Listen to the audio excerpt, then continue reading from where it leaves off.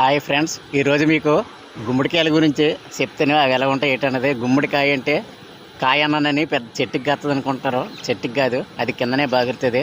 అది గుమ్మడికాయ అన్నది మీకు అది ఎలా కాస్తుంది ఏంటన్నది ఒకసారి మీకు చూపిస్తాను, చూడండి. ఇదిగో గుమ్మడికాయ ఉంది కదా, ఇది గుమ్మడి పాదు.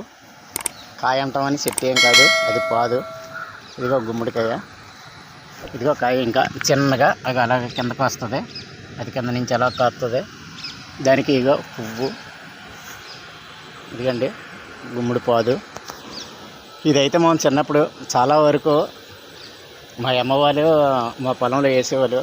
పెద్ద పెద్ద కాయలు కాసి అవి కూర వండుకుంటే చాలా బాగుంటుంది. అవి స్టాక్ ఉంచుకోవాలనుకుంటే కాయలు అయితే ఉండవు. అది చట్నీ ఎలా ఉంటే బాగా పండులాగా అయిపోతుంది. పండులాగా ఎర్ర కలర్లో వస్తుంది. అప్పుడు స్టాక్ మనం ఎన్ని రోజులని ఉంచుకోవచ్చు, సంవత్సరం కూడా ఉంటుంది. ఇది గుమ్మడి పాదు అంటేనే. దీని కాయలు అయితే మాత్రం చాలా బాగుంటాయి. మీకు ఒకటే కాయ చూపిస్తాను, చూడండి. ఇక్కడ ఒక కాయ ఉంది, ఇంకా ఇగో ఇక్కడ చిన్న కాయ ఉంది. కాయలు అయితే ఇంకా చిన్న చిన్నగా ఉన్నాయి, పెద్దవి లేవు. పెద్దది ఇక్కడ ఒక కాయ ఉందో, కాయ చూపిస్తాను చూడండి. ఇది వీడియోలో కనిపించట్లేదు. ఇదిగండి చూడండి, ఇదిగా జూమ్ చేస్తాను. జూమ్ చేసినా సరిగా కనిపించట్లేదు వీడియోలోకి. ఈ యాంగిల్ మార్ద్దాం. అదిగోండి కాయ, అది గుమ్మడికాయ. అదిగో పైన ఇంకొకటి ఏలబడింది చూడండి, అది అలా కాస్తుంది. అది గుమ్మడిపాదు.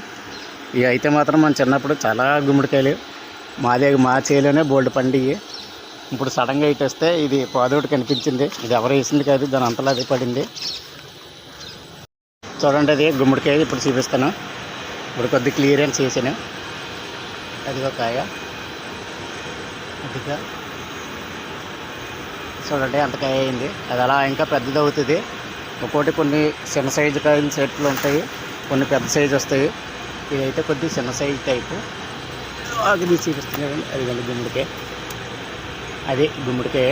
అది ఇంకా చిన్న రొట్టె అది పడింది. ఇవి అయితే మాత్రం చాలా బాగుంటుంది కూర నీట్గా వండుకుంటే. మావైతే చిన్నప్పుడు చాలా కాయలు మా పొలంలోనే పండించేవాళ్ళమే. అది చాలా. మళ్ళీ నెక్స్ట్ వీడియోతో కలుద్దాం. ఇంతవరకు ఓకే, బాయ్.